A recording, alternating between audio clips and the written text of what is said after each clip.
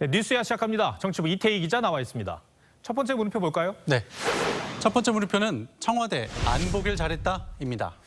김건희 여사가 최근에 뒤늦게 청와대를 둘러보고 이런 말을 했다는 거죠? 네, 윤석열 대통령과 국민의힘 지도부 간에 어제 오찬 자리에서 처음 공개된 얘기인데요. 네. 김 여사는 지난달 22일 청와대에서 열린 열린음악회 관람 뒤 영부인실과 관저 등을 둘러본 뒤에 윤 대통령에게 청와대가 이렇게 좋은 곳인 줄 몰랐다. 만약 미리 보여줬으면 들어가서 안 나오겠다고 했을 것 같다. 이렇게 말했다고 합니다. 네. 윤 대통령은 그 얘기를 듣고 속으로 청와대 안 보여주길 잘했다는 생각을 했다고 여당 지도부에 털어놨다고 합니다. 이에 권성동 원내대표는 지금 김 여사가 아파트에 사니까 영부인이 된 기분이 안 날 거다. 이런 농담도 건넸다고 합니다. 네. 정말 그 정도로 청와대가 아름답고 좋다는 그런 얘기 아니겠습니까? 근데 이제 얼마 전에 청와대 관저의 침실만 또 80평이라고 해서 또 화제가 됐었잖아요. 네, 청와대 개방으로 이제 알려지게 된 얘기인데요. 이 관저는 총 812평이고 침실만 해도 80평이 넘는다고 합니다. 예. 근데 김건희 여사와 달리 윤석열 대통령은 청와대에 몇 번 가보지 않았었던가요? 그렇습니다. 윤 대통령은 지난 2018년 7월 이 검찰총장 임명식 때 김 여사와 함께 청와대를 방문했는데 당시엔 본관까지밖에 들어가지 못했고요.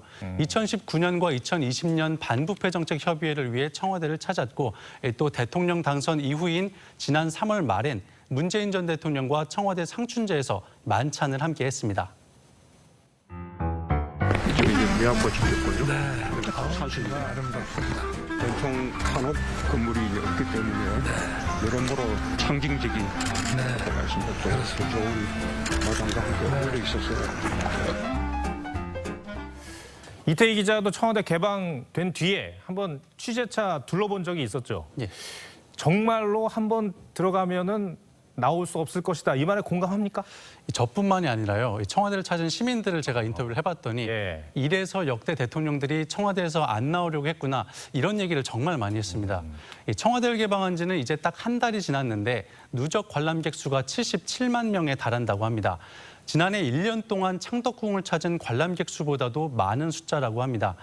청와대 인근 편의점 점포 매출도 지난해보다 두세 배 늘어나는 등 주변 상권도 활성화되고 있다고 합니다. 네. 윤 대통령은 아직 서초동 집에서 출퇴근을 하고 있죠. 네, 이 리모델링 중인 한남동 새 관저는 약 420평 규모로 청와대 관저의 절반 크기입니다. 네. 윤 대통령 내외는 다음 달 초 이 용산 한남동 공간으로 입주할 예정입니다. 예. 첫 번째 물음표 정리해 볼까요? 네, 첫 번째 물음표 청와대 안 보길 잘했다의 느낌표는 가보면 안다로 하겠습니다. 네. 윤 대통령이 처음 용산 이전을 발표했을 때만 해도 반대 여론이 훨씬 많았지만 최근에는 찬반이 엇비슷합니다. 석 달 전만 해도 왜 쓸데없이 옮기냐던 국민들이 한 번 가보니 그럴만했다 이렇게 인식이 바뀐 거죠.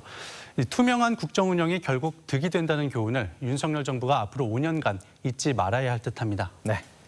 두 번째 물음표는 뭡니까? 네, 두 번째 물음표는 윤석열 정부도 소주성 탈원전입니다. 네. 문재인 정권의 대표 정책이 이 소득주도 성장과 탈원전 정책 아니었습니까?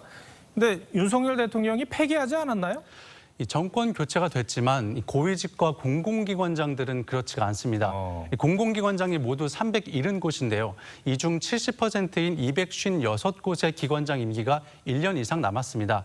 이 말은 이 전 정부가 임명한 기관장 상당수가 1년 이상 자리를 지킨다는 뜻입니다. 문재인 전 대통령 임기 말 인사 안받기 논란도 있었죠? 네, 지난해 5월 대표적인 국책연구기관인 KDI 원장에 문재인 정부 소주성을 위반한 홍장표 원장이 취임한 게 논란이 됐습니다. 민간주도 성장을 내건 윤석열 정부의 기조와는 정반대되는 인물이라는 평가가 나옵니다. 악의 지갑을 채우고 그리고 소득계층 간의 격차를 줄여서 성장의 새로운 동력을 만들어내는 것이 바로 소득주 성장의 목표가 되겠습니다. 기관장 임기가 3년이니까요. 앞으로 2년 동안 이런 부자연스러운 동고가 지속될 수밖에 없는 그런 상황인데 탈원전 정책 관련해서도 마찬가지입니까? 네, 김재남 전 청와대 시민사회 수석은 지난 2월 말 한국원자력안전재단 이사장에 임명됐습니다. 탈원전을 주장해온 김 이사장이 윤석열 정부의 원전 관련 공공기관장을 맡는 게 상식에 부합하냐 이런 지적이 나옵니다. 문재인 정부의 탈핵 공약이 흔들림 없이 이행되길 바랍니다. 반드시 탈원전을 재검토하고 원전 수출에 발벗고 나서야 됩니다. 장관급 고위직도 임기제인 경우에는 이런 불편한 동거가 계속될 수밖에 없잖아요. 네, 민주당 의원 출신인 전현희 국민권익위원장과 언론시민단체 출신인 한상혁 방통위원장도 임기가 1년 정도 남았습니다. 근데 이런 상황이 이번 정권에만 나타나는 것은 아니고 과거 정권에서도 이렇게 반복되었던 일 아닙니까? 네, 문재인 정부 환경부 장관을 지낸 김은경 전 장관이 산하기관 인사들에게 일괄 사표를 강요한 이 블랙리스트 사건으로 실형 선고를 받은 게 최근 사례입니다. 네. 현재 검찰은 문재인 정부 산업부 블랙리스트 사건도 조사 중인데요. 이 때문에 공공기관장 임기에 영향력을 행사하기는 더 어려워진 상황이다 보니 국민의힘은 공공기관장 임기를 대통령 임기와 일치시키는 내용의 법안을 발의할 계획이라고 합니다. 네, 알겠습니다. 두 번째 물음표도 정리해 주시죠. 네, 두 번째 물음표. 윤석열 정부도 소주성 탈원전 느낌표는 더 불편한 동거로 하겠습니다. 네. 이 철학이 다른 대통령 밑에서 기관장을 계속하는 분들도 이 마음이 그렇게 좋지만은 않을 텐데요. 그보다 더 괴로운 건 그 기관장 밑에서 일하는 공무원들이라고 합니다. 이 새 정부 기조에 맞는 정책 보고서를 쓴 뒤 소속 기관장에겐 결제받을 엄두도 못 내는 상황이 빈번하다고 합니다.